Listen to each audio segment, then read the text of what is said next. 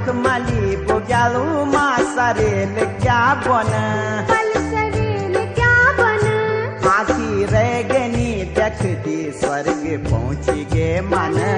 आखी रह गनी देखती स्वर्ग पहुँच गे मन मारू घेरालू का बीच खिली